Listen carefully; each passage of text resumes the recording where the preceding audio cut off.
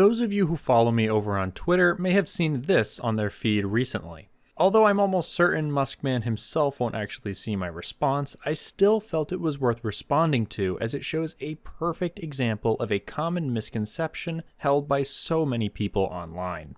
Twitter only allows for a short response though, and I feel it is well worth diving further into the idea that the tank is dead. To start with, let's look at the tweet in question, then we can consider some of the historical records regarding tanks.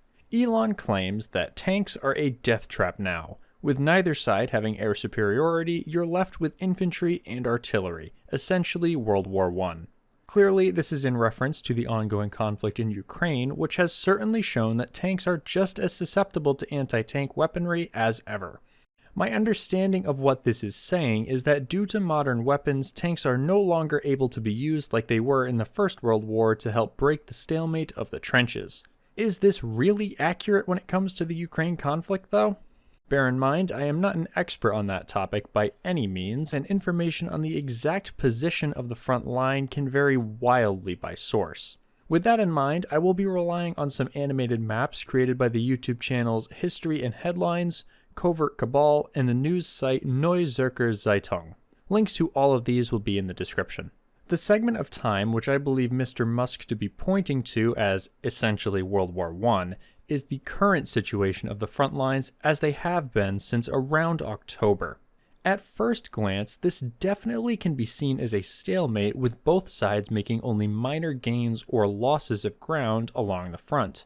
It's easy to look at this and point to similar movements in World War I, however, we can also look at the front lines of the Eastern Front in World War II and see similar points of stagnation. In short, this is just something that tends to happen with longer running conflicts. With factors such as Russia repositioning units from the earlier northern offensive, support for Ukraine from many nations, and weather conditions in the region, the situation is constantly evolving. All of this may or may not play into the fighting, but is also not the main topic of this video, which is the fate of the tank. Many, including the aforementioned Musk tweet, have been eager to point out the tank losses suffered primarily by the Russians. Left out from this discussion by those who I like to call the cult of the javelin is how these vehicles are being used. If you've watched even a few of the videos from Ukraine, you have undoubtedly noticed a trend with how Russia has employed their vehicles. Often you see one or maybe several vehicles advancing into urban environments with seemingly no support from infantry. In this sort of situation, the tank 100% becomes a death trap. Think of it like in a classic Western ambush, where one group enters into a canyon and is then fired upon from vantage spots above. Tanks by themselves are quite blind, so these sorts of situations make it nearly impossible for the tank crew to see potential attackers. Now clearly many of these clips have been edited, and perhaps some of these screening forces are being employed, but there is clearly some degree of incompetence in that regard. You could have the most powerful weapon on the battlefield, but if it isn't being used properly or properly supported, you won't have it for very long. Once again, keep in mind this is only an extremely simplified discussion on this, but there are others far more qualified than me who have covered this topic in the past. For that, I would direct you to watch the Chieftain's videos on both drawing conclusions from Ukraine videos and on the tank not being dead. Now that we've addressed that frankly stupid tweet, let's take a look at some of the historical records regarding the death of the tank and see what we can glean from them regarding the future. This is a section I'd like to title, A Testament to the Tank. In the beginning, Britain created the tank, and they saw that it was good. Then the Germans said, Scheiße, we need to stop these armored boxes from breaking our lines, and responded by creating weapons like the Tankgewehr and the like, which penetrated the weak armor. Following the war, these advances continued, with anti-tank weaponry becoming more powerful. Many across the land began to turn away from the tank, saying things such as, "We should be most unwise to commit ourselves to any large program of tank construction involving heavy expense until much more definite results can be reached and the whole practical aspect of this new war weapon has been further examined." Despite the faith of those who believed in the tank being tested by the growing belief in the anti-tank gods, the teachings continued and new vehicles were erected around the globe, and the designs continued to grow and mature.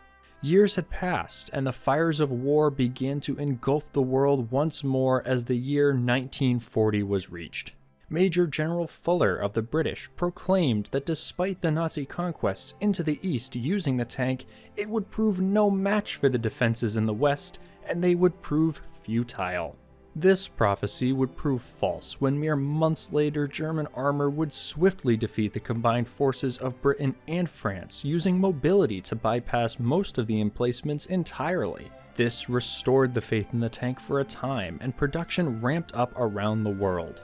Yet still, the festering cult of the anti-tank believers waited as they knew their opportunity would once again present itself to spread their false teachings. Soon, the Axis was defeated and fragile peace descended upon the lands as East and West carved up territory.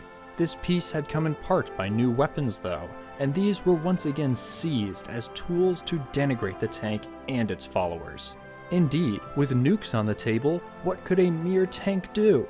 Not only those, but the dreaded anti-tank missile was now beginning to appear, surely spelling doom for any tank remaining on the battlefield.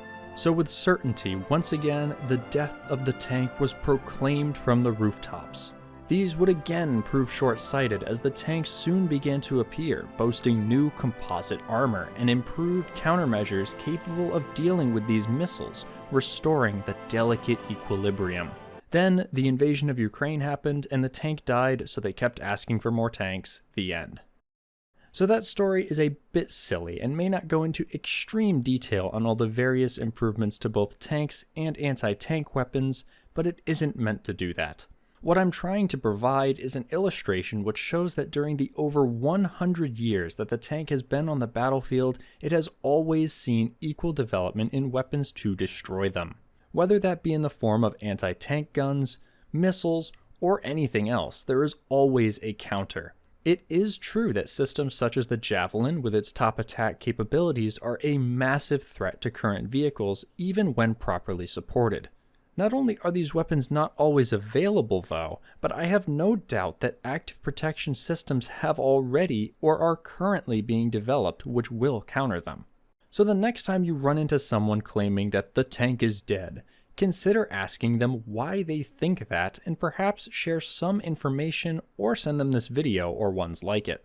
If you want a really simple way to get them thinking, ask them why Ukraine would still be asking for tanks if the tank wasn't still effective.